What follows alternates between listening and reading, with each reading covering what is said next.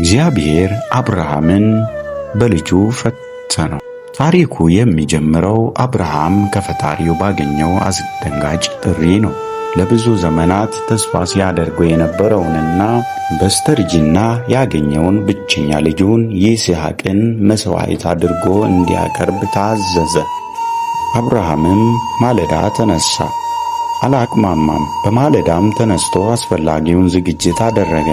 የ3 ቀን ጉዞ።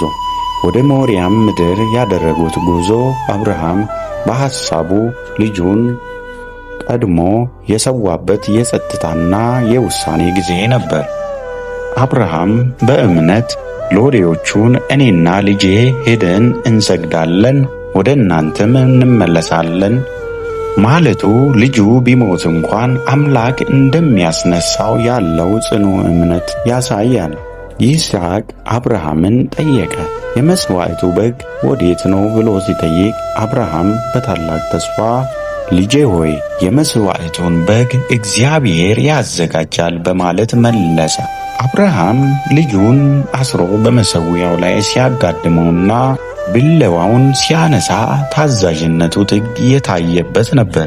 ያንንም ለማድረግ አላቅማማም ነበር።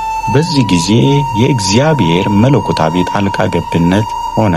የመልአኩ ድምፅ አብርሃምን አስቆመው። በአቅራቢያው ቀንዶቹ በዕፀ ሳቤቅ የተያዘ በግ ተገኘ።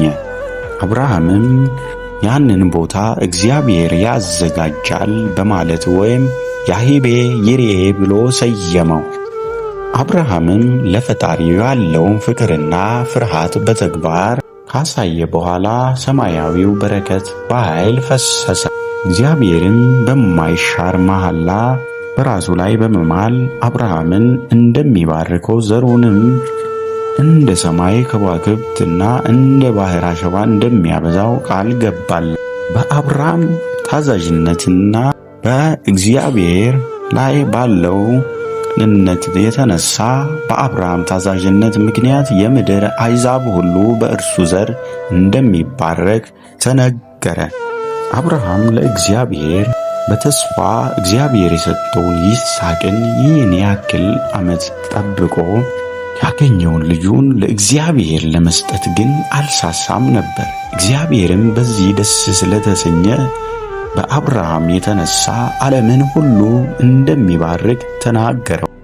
በአብርሃም የተነሳ አሕዛብ ሁሉ እንደሚባረክ አሕዛብንም ሁሉ እግዚአብሔር በእርሱ እንደሚማርክ ለአብርሃም እግዚአብሔር ቃል ገባለት። አብርሃም እግዚአብሔርን በመታዘዙ አተረፈ እንጂ አብርሃም አልከሰረም ነበር።